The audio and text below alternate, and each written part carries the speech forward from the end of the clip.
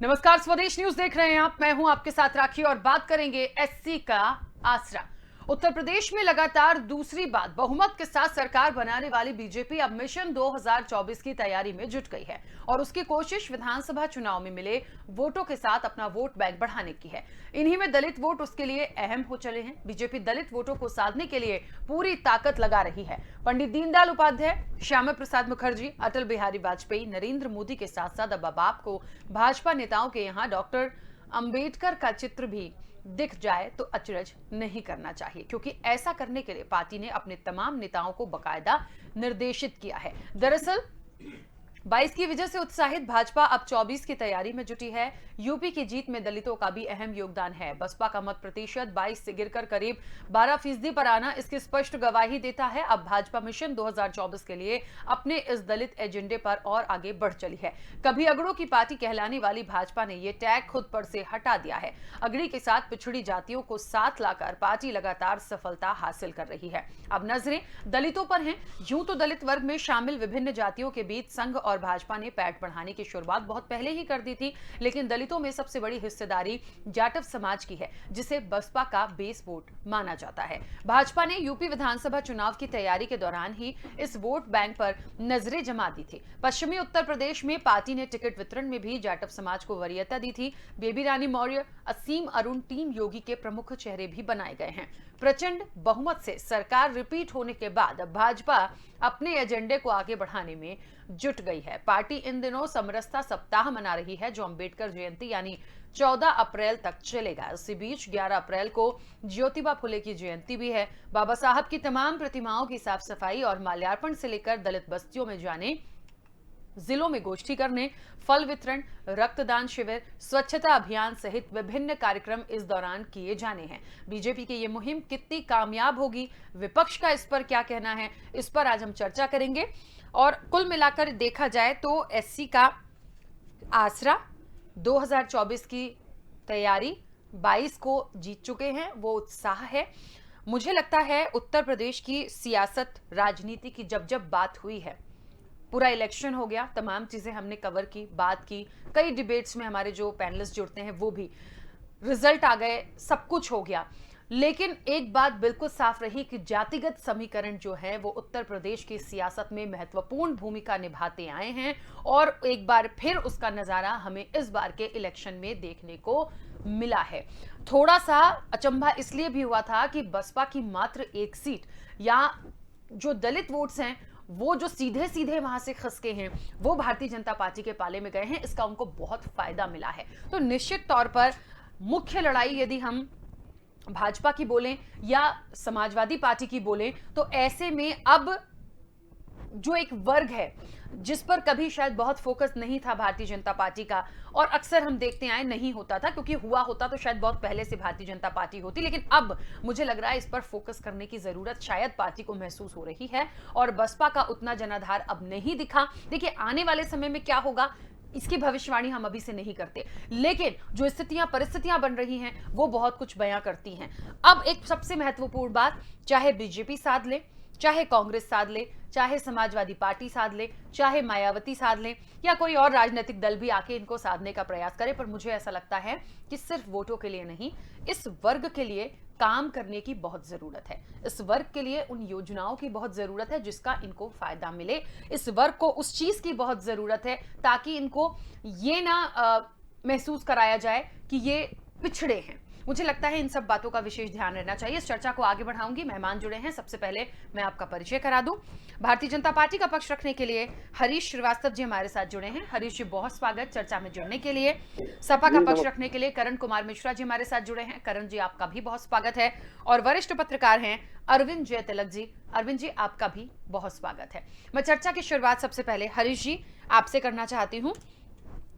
दलित वोटों को सहेजने की एक कोशिश, या ये कह लीजिए कि भारतीय जनता पार्टी के नेताओं के घर भी बाबा साहब का फोटो होगा, पहले भी हो सकता था, अभी क्यों होगा, और देखिए, मुझे लगता है मैं सिर्फ इसलिए बाबा साहब का नाम नहीं ले रही हूं क्योंकि वो किसके मसीहा हैं, वो संविधान निर्माता हैं, वो हम सबके हैं, इस पूरे देश के हैं। लेकिन क्योंकि अब बात एक, समझ रहे हैं आप, एक राजनीति की जब होती है, एक फोटो की जब बात आ जाती है कि उनको भी लगाएंगे और उनका भी प्रचार प्रसार, उस वर्ग को भी साधने का, तो इसलिए कि ये पहले भी हो सकता था, अब इस पर इतना फोकस क्यों? देखिए, भारतीय जनता पार्टी का संकल्प सबका साथ, सबका विकास और सबका विश्वास है, और उसको लेकर के भारतीय जनता पार्टी काम करती आई है। और पंडित दीनदयाल उपाध्याय जी की जो अंत्योदय की परिकल्पना थी, उसको साकार करने के लिए भारतीय जनता पार्टी का नेतृत्व काम करता है। और जहां तक रहा, भारतीय जनता पार्टी समाज को जाति में, वर्ग में, धर्म में जो बांट के नहीं देखती। भारतीय जनता पार्टी के लिए सभी ही सम्मानित नागरिक हैं, सभी भारतवासी हैं, और उनके समृद्धि के लिए, खुशहाली के लिए और उनके लाइफ जीवन स्तर को ऊपर उठाने के लिए जो भी सरकार से हर संभव प्रयास है, वो माननीय प्रधानमंत्री जी का संकल्प है कि जो अंतिम कतार में खड़े लोग हैं उनको पहली कतार में लाना है। वो पहली कतार में आ जाएंगे तो देश अपने आप एक विकसित राष्ट्र बन जाएगा और विकसित राष्ट्रों की कतार में आके खड़ा हो जाएगा। ये माननीय प्रधानमंत्री जी का संकल्प है, जिसके अंतर्गत भारतीय जनता पार्टी उनके अपने नेतृत्व के मार्गदर्शन में एक एक कार्यकर्ता पूरी प्रतिबद्धता और मनोयोग के साथ काम करते हैं। बाबा साहब भीमराव अम्बेडकर संविधान निर्माता है, महापुरुष है, तो उनका महापुरुषों की ही रूप में उनका सम्मान होना चाहिए, और वो भारतीय जनता पार्टी के कार्यकर्ता करते हैं। तो इसको दलित वोट बैंक को सहेजने की दृष्टि से अगर कोई देखता है तो मुझे लगता है कि ये बहुत समीचीन नहीं होगा। सबकी अपनी अपनी व्याख्या अलग अलग हो सकती है, लेकिन भारतीय जनता पार्टी का ये मानना है कि जो भी महापुरुष है सबका सम्मान करती है। वो आप महात्मा गांधी को लीजिए, सरदार वल्लभ भाई पटेल को ले लीजिए, सुभाष चंद्र बोस को ले लीजिए, जितने भी महापुरुष जिनका इस राष्ट्र के निर्माण में योगदान है, सबका हम गौरवगान करते हैं। भारतीय जनता पार्टी कार्यकर्ता सबका गौरवगान करते हैं। इसलिए इसको केवल राजनीतिक चश्मे से देखना मुझे लगता है कि सम्यक और समीचीन नहीं होगा। ठीक है, चलिए वापस आती हूँ। करण कुमार मिश्रा जी भी हमारे साथ जुड़े हैं। करण जी, भारतीय जनता पार्टी की जो बात है, अभी हरीश जी को भी आपने सुना, किस तरह से आप लेते हैं, विपक्ष से किस तरह से लेता है? देखिए, भारतीय जनता पार्टी जो कहती है, पहली बात तो वो करती नहीं है, नंबर एक बात। और नंबर दो बात ये है कि हमारे भाई साहब अभी कह रहे हैं कि हम दलितों को मानते हैं, दलितों के लिए करेंगे। दलितों के लिए कहाँ क्या किया गया है? दलितों के लिए कुछ नहीं किया गया। अगर आप वाकई दलित उत्थान के लिए कुछ चाहते हैं तो इस वक्त हर तरफ बुलडोजर चल रहा है। ठीक है, जो गैर कानूनी चीजें उन पे चलना चाहिए, वो चाहे दलित हो, बैकवर्ड हो, या ब्राह्मण हो, श्रीवास्तव हो, किसी भी बिरादरी का हो, उस पर कोई फर्क नहीं पड़ता। अगर आपके अभय संपत्ति में कोई चीज बनी है तो उससे वही होना चाहिए। अगर इसी तरीके से गरीबी हटाने के लिए शिक्षा और स्वास्थ्य पे ध्यान दिया जाए और इसी तरीके से शिक्षा फ्री कर दी जाए, जहाँ पे गरीब असहाय का बेटा, एक दलित का बेटा, एक गरीब का बेटा, एक किसान का बेटा अच्छी तालीम लेके अगर वो समाज से निकल के आता है और पता जैसे आज राखी जी यहाँ पे एंकर बनी बैठी हैं, या हमारे श्रीवास्तव जी आज प्रवक्ता बने बैठे हैं, मैं बैठा हूँ, तो इस तरीके से गरीब का बेटा, एक किसान का बेटा निकल के अधिकारी बनेगा, अफसर बनेगा, डॉक्टर बनेगा, इंजीनियर बनेगा, पत्रकार बनेगा, तो उसमें ज्यादा खुशहाली होगी। मुंह से कहने से कुछ नहीं होता है कि हम दलितों के लिए ये कर, दलितों के लिए वो कर रहे हैं। समाजवादी पार्टी ने हमेशा सबका सम्मान किया है, वो चाहे दलित रहा हो या सामान्य वर्ग का रहा हो। और रहेगी बाबा साहब की बात, तो बाबा साहब ने संविधान में लिखा था, और जो उनका संविधान था, आज संविधान रह कहाँ गया? संविधान की तो धज्जियां उड़ाई जा रही हैं। संविधान के हिसाब से अगर आज चले तो संविधान बहुत पीछे चला गया। संविधान को लेकर के चले तो शायद कुछ चीजें आदि हो सकता है और सबका साथ सबका विकास हो सकता है। कहने से कुछ नहीं होता कि हम कर रहे हैं। ठीक है, चलिए अरविंद जी तिलक जी, किस तरह से लेते हैं? और मुझे लगता है एक वरिष्ठ पत्रकार होने के नाते बहुत अच्छी समीक्षा आप कर पाएंगे कि आखिर ये जो वोट बैंक है, ये इस वाले इलेक्शन में तो खसक कर कहाँ गया, ये हम सब जानते हैं, लेकिन आने वाले समय में जो साधने का प्रयास है, ये क्या भारतीय जनता पार्टी का साथ दे पाएगा या विपक्ष भी निश्चित तौर पर साधने का प्रयास करेगा? देखिए, राजनीति है, जातिगत समीकरण इफेक्टिव होते हैं, तो आने वाले समय के लिए कैसे समझे हम इस वोट बैंक को?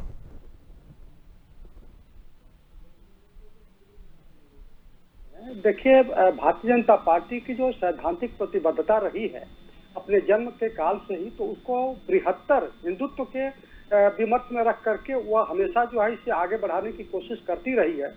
ये अलग बात है कि 89 के बाद जिस तरह मंडल कमंडल की राजनीति शुरू हुई और जातीय अस्मिता की लड़ाई जब चिन्हित हुई और उसके नेता उभर करके आए, तो भारतीय जनता पार्टी उसमें सफल नहीं हुई। कारण उसका यह रहा कि हर जातियों के अपने जो है बड़े छत्रप उभर करके आप मंडल कमीशन की रिपोर्ट आने के बाद जिस तरह से राजनीति शुरू हुई, वहाँ भारतीय जनता पार्टी का जो बृहत्तर हिंदुत्व का जो एक विमर्श था, वह कहीं ना कहीं वो ठहराव की स्थिति में आ गया। लेकिन जब बहुजन समाज पार्टी कांसी राम जी और मायावती जी जब इसको आगे बढ़ाने की कोशिश की, विशेष रूप से दलितों को, तो उनको जातीय अस्मिता से राजनीतिक अस्मिता के ठौर तक तो ले आई, लेकिन कोई भी समाज जो है केवल जातीय अस्मिता और राजनीतिक अस्मिता तक अपने आप को बांट करके नहीं रख सकता है, क्योंकि किसी भी समाज की संरचना में अर्थ की बड़ी भूमिका होती है। तो वह जो है आर्थिक अस्मिता अपना जो है वह ऊंचाई पर ले जाना चाहता था, वह जो है बहुजन समाज पार्टी नहीं दे पाई। इस समाज के लोग, चाहे पिछड़े समाज के लोग, उन्होंने बखूबी देखा कि हमारे जो नेता हैं किस तरह से अमीर होते चले गए और हम जो है हाशिए पर पड़े रह गए। तो उनके अंदर जो है भारतीय जनता पार्टी ने जो है एस्पिरेशन की पॉलिटिक्स शुरू की। और आपने देखा कि 2014 के बाद जब नरेंद्र मोदी आते हैं मैदान में, तो किस तरह से जो हाशिए के लोगों के लिए जो बृहत्तर कार्य योजना, जो सरकार की कल्याणकारी योजनाएं हैं, उनको चिन्हित करके पहुंचाने की कोशिश की। चाहे वह आज की तारीख में आप राशन को देख लीजिए, शौचालय देख लीजिए, आवास देख लीजिए, या अन्य जो तमाम जो है, तो कहीं ना कहीं जो है यह जनता के बीच विशेष रूप से जो हाशिए के लोग हैं, जिनके पास कभी शौचालय नहीं होता था, आवास नहीं होता था, उनके बीच पर्कुलेट किया है। तो कहीं ना कहीं जो है उनका आकर्षण जो है भारतीय जनता पार्टी के प्रति बढ़ा है। नतीजा भी आपने देखा कि इस बार के अगर चुनाव को हम देखें तो तकरीबन 21% जाटों ने भारतीय जनता पार्टी को वोट दिया है और 41% गैर जाटों ने भारतीय जनता पार्टी को वोट दिया है। अब ये सवाल लाजमी है कि क्या यह जो वोट बैंक है आने वाले दिनों में भाजपा के साथ बढ़ा रहेगा या फिर जो है शिफ्ट होकर के बहुजन समाज पार्टी के पास चला जाएगा। और आपने देखा कि जिस तरह 6 अप्रैल को अभी 4 दिन गुजरे हुआ, किस तरह भारतीय जनता पार्टी जो है सामाजिक न्याय पखवाड़े के तौर पर 14 अप्रैल तक इसको जो है सांस्कृतिक उत्सव धार्मिकता के तौर पर जोड़ करके ले जाना चाहती है। कहीं ना कहीं जो उसकी कोशिश यही है कि समाज के जो लोग हैं उनको अपने साथ जोड़े। तो वह जो है भारतीय जनता पार्टी का एक सांस्कृतिक राष्ट्रवाद भी है, जिसमें जो है हाशिए से लेकर के उच्च वर्ग के लोग सभी समाहित होते हैं। तो भारतीय जनता पार्टी की पूरी कोशिश है, यही वजह है कि आज उसको जो है, मैं ये नहीं कहूंगा कि डॉक्टर अंबेडकर को कभी वह जो है रिकॉग्नाइज नहीं की, लेकिन आज की जो जरूरत है भारतीय जनता पार्टी के लिए, कहीं ना कहीं जो है वह जो शीर्ष प्राथमिकता में चाहे ज्योतिबा फूले हो, चाहे आपके डॉक्टर अंबेडकर हो, जरूर आ जाते हैं। तो मुझे लगता है कि इन्हीं सब चीजों को जोड़ करके भारतीय जनता पार्टी अपना राजनीतिक विस्तार कर रही है। राखी जी, बिल्कुल ठीक है।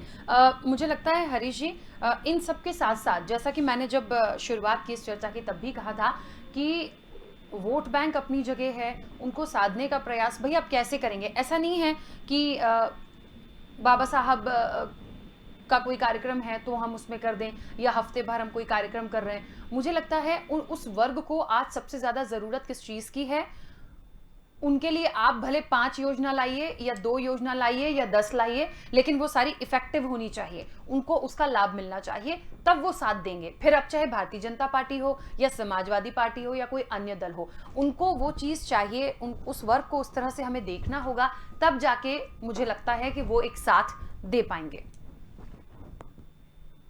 देखिए, कोई वर्ग हो, भारतीय जनता पार्टी के लिए जो लोग भी जरूरतमंद हैं, जो लोग कमजोर हैं, उनको वो चाहे किसी जाति वर्ग समूह के हों। आप देखिए जो भारतीय जनता पार्टी की गरीब कल्याण की योजनाएं हैं, चाहे वो प्रधानमंत्री आवास योजना हो या मुख्यमंत्री आवास योजना हो या बिजली के गरीबों के घर में जो निःशुल्क बिजली कनेक्शन लगा या शौचालय बने, कि जितनी भी सारी योजनाएं हैं केवल वो दलित समाज तक नहीं सीमित है।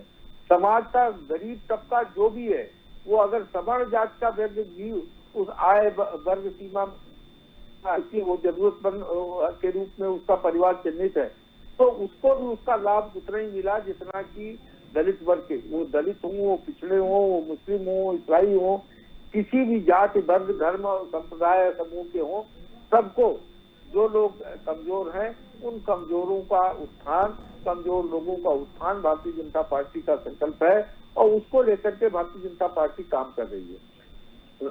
और जहां तक सवाल है जनता जनार्दन का, सभी को देखिए समाज में जब आप काम करते हैं तो जब लोगों को लगता है कि कोई भी सत्ता शासन या जनप्रतिनिधि ईमानदारी के साथ और समान भाव से सबके साथ संवेदनशीलता के साथ काम कर रहा है तो मुझे लगता है कि जब भी ये चुनाव होते हैं तो सभी लोग उन जाति और गठबंधनों को भूल करके जो परफॉर्म कर रहा होता है, जो सुशासन दे रहा होता है, उसके साथ खड़े होते हैं। और ये आपके पास उदाहरण के रूप में मैं 2014 है जब लोकसभा का चुनाव, 2017 का उत्तर प्रदेश का विधानसभा चुनाव, 2019 का उत्तर प्रदेश का लोकसभा चुनाव और फिर 2022 का विधानसभा चुनाव। 2019 के लोकसभा चुनाव को अगर आप देखिए तो जातीय गठबंधन की दृष्टि से उतना अहम गठबंधन कोई नहीं हो सकता था जब दलित समाज की नुमाइंदगी करने वाली मायावती जी और पिछड़े वर्ग की जो और अल्पसंख्यकों की राजनीति करने वाले अखिलेश यादव जी, दोनों लोगों का समाजवादी पार्टी और बसपा का गठबंधन हुआ था। तो उसके बावजूद अगर जातीय गठबंधन की दृष्टि से देखा जाए तो उनका वोट शेयर बहुत था, लेकिन क्योंकि प्रधानमंत्री जी के नेतृत्व में जो केंद्र की सरकार है वो जिस तरह से गरीब कल्याण योजनाओं को लेकर, लोक कल्याणकारी योजनाओं को लेकर के जनता जनार्दन के साथ खड़ी है, उनके जीवन में खुशहाली के लाने के लिए प्रतिबद्ध है, उसको लेकर के देश का जो लोग हैं जनता जनार्दन प्रधानमंत्री मोदी जी के साथ खड़ी रही, भारतीय जनता पार्टी के साथ खड़ी रही। यही हाल उत्तर प्रदेश का रहा। तो ये जो लोग जो भी राजनीतिक आज भी राजनीतिक बुरा गणित के हिसाब से समाज को देखते हैं, आज भी उसको राजनीतिक और जातीय बुरा गणित के हिसाब से बांटने की कोशिश करते हैं, वो पूरी तरह से असफल साबित होते हैं। आपको मैं पिछले 4 चुनाव का मैं दौरा में आपके सामने है, उत्तर प्रदेश ही नहीं अपितु अनेक राज्यों का आप अगर एनालिसिस करेंगी तो आपके सामने परिणाम है। ठीक है करण जी, तो एक हाँ ठीक है हरीश जी वापस आती हूँ। करण जी एक बात है यहाँ पर, अभी के जो इलेक्शंस हुए हैं या आने वाले जो इलेक्शन होंगे उसमें बसपा का जो वोट बैंक हिस्सा वो भारतीय जनता पार्टी के पास गया, ये समाजवादी पार्टी के साथ भी हो सकता था। मानते हैं इस चीज को कि कहीं कुछ कमी रह गई है या कुछ और वजह मानते हैं? देखिए हमारे साथ वरिष्ठ पत्रकार भी जुड़े हैं, उन्होंने एक बात कही अभी कि मोदी जी ने शौचालय दिए और बड़े पैमाने पे शौचालय दिए गए, और आपने कही कि बसपा का वोट भारतीय जनता पार्टी को मिला। निश्चित तौर पे भारतीय जनता पार्टी को मिला, समाजवादी पार्टी को बसपा का वोट नहीं मिला, इसको कुछ झुटला नहीं सकता है। लेकिन मामला ये था कि घर हमारा बर्बाद करने आए थे, घर खुद अपना बर्बाद कर लिए। जहाँ पे हमें शून्य पे आए थे, लेकिन आज हम तो 111 समाजवादी पार्टी के हैं, बाकी गठबंधन के हमारे हैं, लेकिन बहन जी के पास क्या बचा? शून्य बचा। एक विधायक उनका है, वो भी अपने दम पे जीता है। और हमारे हमसे वरिष्ठ है पत्रकार भाई हमारे आदरणीय जी कह रहे हैं कि प्रधानमंत्री जी ने शौचालय दिए। 12,000 रुपये में शौचालय नहीं बनता है, तो चाहे गांव का हो या शहर का हो, 12,000 में शौचालय नहीं बनता। हाँ ये है कि एक सहयोग राशि के रूप में पैसा दिया गया, जिसमें बड़े पैमाने पे ये काम हुआ, इसको हम भी जुटला नहीं रहे हैं, ये काम नहीं हुआ। क्या आपको लगता है कि 12,000 रुपये में शौचालय बन सकता है? दूसरी बात जो बता रहे हैं कि जातियां बांटने का ये लोग काम करते हैं, मैं पूछना चाहता हूँ, मैं वही कहना चाह रहा हूँ, एक दलित का बच्चा, एक बैकवर्ड का बच्चा, एक गरीब का बच्चा, एक किसान का बेटा कब अच्छे स्कूल में पढ़ने जाएगा? कब वो IAS PCS बन के निकलेगा? कब वो एक डॉक्टर बनेगा? कब इंजीनियर बनेगा? कब वो पुलिस वाला बनेगा? कब वो पत्रकार बनेगा? इसके बारे में भारतीय जनता पार्टी क्या सोच रही है? इन्होंने कुछ सोचा उसके बारे में? अगर दलितों की चिंता इनको ज्यादा है तो मेरे हिसाब से जो पहले सर्वे करा लिया जाए, तो चाहे सामान्य कैटेगरी का हो या मुझे लगता है कि समाजवादी पार्टी के मेरे मित्र वो सरकारी अधिकारी कर्मचारियों की सूची देख लें, पत्रकारों में देख लें, विभिन्न वर्गों में। मैंने बहुत कुछ देखा है। आप हमको 2014 से लगा कर इधर को बताइए, बाकी हमको ना गिनाइए। आप हमको बाकी ना गिनाइए। 2014 के बाद का कार्यकाल का हमको आप बताइए, हमको बाकी कार्यकाल ना गिनाइए। आपको बताना 14 के बाद की सूची दिखाइए हमको। तो देखिए, और नहीं पढ़े लिखे हैं तो अनर्गल बातें मत करिए। सभी जाति दिखाइए ना, आपके पास है तो आपको दिखाइए ना, दिखाइए। ये केवल मुंह से कहने से नहीं होता है, मुंह से कहने से नहीं होता है, उसके लिए काम करना पड़ता है, उसके धरातल पे आना पड़ता है। अगर आपके पास दृष्टि हो तो देखिए, और इस तरह से समाज को बांटने का प्रयास मत करिए। समाज को बांटने का काम आप लोग कर रहे हैं, हम लोग नहीं करते हैं। भेदभाव हम लोग कभी बांटने का काम नहीं करते हैं। हमारे लिए सब कुछ बराबर है। आपका जो भ्रामक प्रचार है उसको जनता खारिज करती है। इस तरह से भेद पैदा करने की कोशिश मत करिए। भेद आप पैदा करते हैं हमारे लिए माँ दुर्गा भी हमारे लिए हमारी है, और हम अल्लाह मियाँ को भी मानते हैं। हमारे लिए काशी काबा दोनों बराबर है। बस देखने का नजरिया अच्छा होना चाहिए ना, देखने का नजरिया अच्छा होना चाहिए, देखने का नजरिया अच्छा होना चाहिए। चश्मा सही करिए, नजरिया बदलिए अपना। हमारा नजरिया सही है, नजरिया आप बदलिए।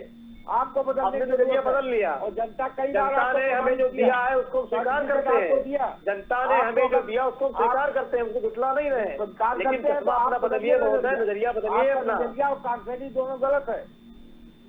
कार्यशैली, अरे कार्यशैली आपकी कार्यशैली क्या है सब बेहतर जानते हैं सब लोग।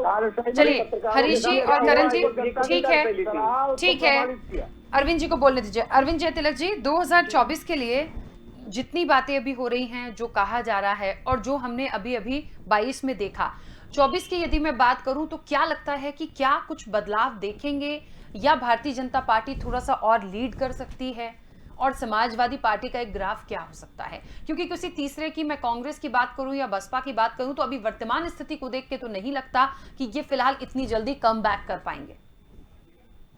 बिल्कुल राकेश जी, आपने सही कहा। बसपा और कांग्रेस कहीं ना कहीं जो है वह हाशिए पर जाते हुए दिख रहे हैं। जिस तरह उनका संगठन भी कमजोर पड़ा है और जिस तरह वोट शेयर भी उनको बहुत कम मिला है, शायद वो उनको यह भी यकीन नहीं रहा होगा कि इतने निचले स्तर पर चले जाएंगे। बेशक जो है समाजवादी पार्टी और कभी कमोबेश जो है वही स्थिति रहेगी। लेकिन हाँ देखिए, अभी बसपा का पूरा या मान लेना कि वोट बैंक पूरा शिफ्ट हो गया भाजपा में, मैं कतई तैयार नहीं हूँ मानने को। अभी भी 65% जाटो वोट जो है बसपा के पास है। समाजवादी पार्टी के मित्र जो कह रहे हैं कि नहीं जो है पूरी तरह से बसपा भाजपा के साथ चलेगी, ऐसा नहीं। 9% जाटों को वोट आपको भी मिला है और गैर जाटों का 21% जो है आपको मिला है। और दूसरी चीज की जो 29 जाटो विधायक जीत के आए उसमें आपके पास भी 10 जाटो विधायक जीत करके आए। तो यह मान लेना कि आपको जाटों का वोट नहीं मिलता है, या हमारे समझ से आपके साथ यह कहा जाएगा कि आप जाटों के साथ नाइंसाफी कर रहे हैं, उनको भरोसा नहीं कर रहे हैं, पहली बात। दूसरी चीज, आपका जो प्रश्न है 2024 का, तो देखिए एक पहले गुजरात जो है भारतीय जनता पार्टी के लिए प्रयोगशाला हुआ करता था। आज की तारीख में जो है उत्तर प्रदेश को भारतीय जनता पार्टी अपना सोशल इंजीनियरिंग का सबसे बड़ा प्रयोगशाला बनाना चाह रही है। उसकी कोशिश होगी कि गुजरात की तरह कम से कम जो है 25 साल तो यहाँ पे शासन रहे। उसके लिए यही सबसे बड़ी चीज है कि जो जातियों के तटबंध हैं वो टूटे, और वो तभी टूटते हैं जब लोगों के पास जो है जो आकांक्षा की राजनीति है उसको पूरी तरह से भारतीय जनता पार्टी पूरी करे। कैसे पूरी करे? योजनाओं के माध्यम से, हिस्सेदारी के माध्यम से, भागीदारी के माध्यम से। देखिए 2017 में से पहले देखेंगे 2012 के भारतीय जनता पार्टी की जब टिकट बांटती थी तो अपर कास्ट के लोगों का 70% जो है टिकट दिया जाता है। आज की तारीख में जो है कहीं ना कहीं जो पिछड़े वर्ग के लोग हैं या दलित वर्ग के लोग हैं उनकी भागीदारी बढ़ी है, और उनको आप कैबिनेट स्तर से देख लीजिए, स्टेट में देख लीजिए, या जो मंत्री हैं उनमें देखिए, उनकी भागीदारी समुचित है। और कहीं ना कहीं जो है उनके हाथ में कमान भी दी जा रही है। और सेकेंड लाइन की जो टीम भारतीय जनता पार्टी तय कर रही है उसमें सर्वाधिक जो है पिछड़े वर्ग के लोग हैं और दलित वर्ग के लोग हैं। देखिए बिल्कुल। नवंबर में हिमाचल में चुनाव होना है, दिसंबर में गुजरात में होना है, तो भारतीय जनता पार्टी उत्तर प्रदेश को एक जो सोशल इंजीनियर के मॉडल के तौर पे जो है प्रस्तुत करेगी और वो पूरे देश के लिए जो है वो नजर रखेगी। और यहाँ पे एक चीज और गौर करना है राखी जी कि दिल्ली में देख लीजिए, पंजाब में आम आदमी पार्टी जो दलितों का सबसे अधिक वोट शेयर हासिल कर रही है, तो भारतीय जनता पार्टी के लिए चुनौती भी है। लेकिन क्योंकि अब जो है पंजाब में लिटमस टेस्ट हो जाएगा आम आदमी पार्टी का, जो घोषणाएं की है मुफ्त देने की, अगर वो नहीं दे पाएगी तो फिर उसके सामने प्रश्न चिन्ह लग जाएगा। तो भारतीय जनता पार्टी जो है कहीं ना कहीं जो है, चूंकि अब उत्तर प्रदेश में दलित उसके साथ हो जाएंगे जो कि मायावती का वोट बैंक माना जाता, तो उसके पास कहने के लिए बहुत कुछ हो जाएगा। तो इसे एक राष्ट्रव्यापी मुद्दा बना करके दलितों को अपने जो है केंद्र में ला करके अपनी राजनीति का विस्तार करेगी। और मेरा मानना है कि 2024 में अभी भारतीय जनता पार्टी बढ़त लिए हुए है और उसकी बढ़त दिखेगी। ठीक है, चलिए, क्योंकि समय की सीमा है, आप सभी मेहमानों का बहुत शुक्रिया इस चर्चा में जुड़ने के लिए। देखिए, एक बात महत्वपूर्ण है जातिगत समीकरण की, अब आप किसको भी साधेंगे, क्या करेंगे। एससी का जो आसरा है, ये आसरा फिलहाल इस इलेक्शन में जो हमने देखा वो मिला तो है भारतीय जनता पार्टी को, आने वाले समय में नहीं खसकेगा इधर उधर, इसकी कोई श्योरिटी गारंटी नहीं है। लेकिन फिलहाल बढ़त के साथ भारतीय जनता पार्टी है, लेकिन समाजवादी पार्टी को कम आंका नहीं जा सकता है, क्योंकि पिछले इलेक्शंस को देखिए कुछ नहीं था, अच्छी सीटें लेकर आगे बढ़ी है। अब सब कुछ कहते हैं ना हमेशा जनता जनार्दन के ऊपर होता है, तो देखते हैं 2024 किसकी जीत होती है और किसको जब वो नतीजे आएंगे तो वो जीत का सेहरा बंधेगा। फिलहाल चर्चा में इतना ही, दीजिए इजाजत, नमस्कार।